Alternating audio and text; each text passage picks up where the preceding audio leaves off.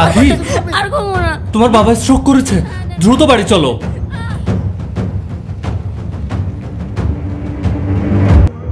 আমার বাবা মারা গেল, মাথা থেকে ছায়া সরে গেল, তার মানে আমি এতিম হয়ে গেলাম।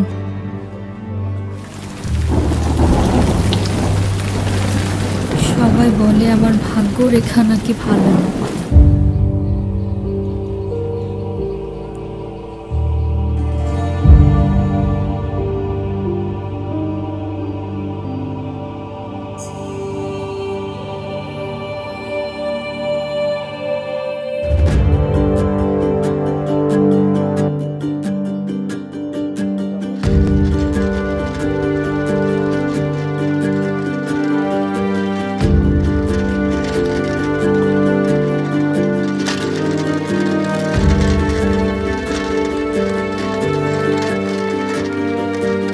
পাখি, কোথায় যাচ্ছ তুমি?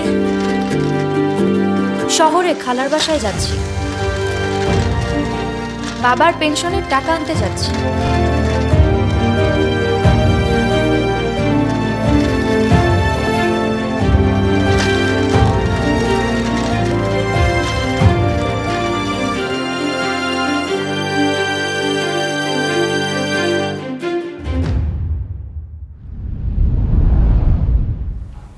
পাখি তো মেলা রাগ করছে, এইখানে হে থাকতে চায় না, গ্রামে যাইতে চায়। পাখি এদিকে আয় মা। টাকা লাগবো না, এখন রাগ করছে, একটু পরে ঠিক হয়ে যাবে। বুবু, গ্রামে ফিরে যায় কি করবা? গ্রামে আর তোমাকে ফিরতে হইব না। আমি না বুবু এখন গার্মেন্টসে সুপারভাইজার হয়েছি। তুমি চাইলে কিন্তু গার্মেন্টসে আমি তোমার একটা কাজ ঠিক করে দিতে পারি। গার্মেন্টসে কত শিক্ষিত মানুষ কাজ করে, আর তুমি তো মেট্রিক পাস, তুমি তো আরো ভালো কাজ করতে পারবা।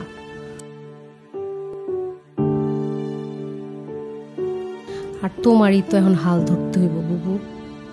তাছাড়া পাখি বড় হইছে না, ওরে বিয়া শাদি দিতে হইব না?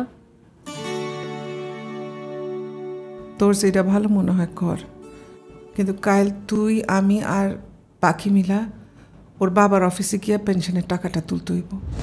না না মা, আমি ওই অফিসে যাব না, তুমি যাও।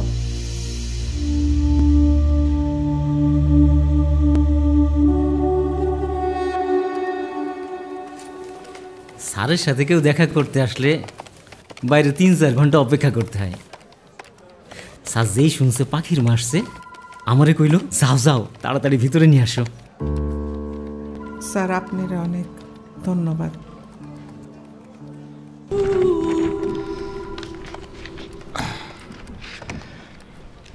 পেনশনের ব্যাপারটা আমি যত দ্রুত সম্ভব চেষ্টা করবো যে 1 সপ্তাহের মধ্যে ক্লিয়ার করে দিতে। আপনারা এটা নিয়ে কোনো চিন্তা করবেন না। আচ্ছা, এটা যত দ্রুত সম্ভব প্রসেস করার ব্যবস্থা করুন।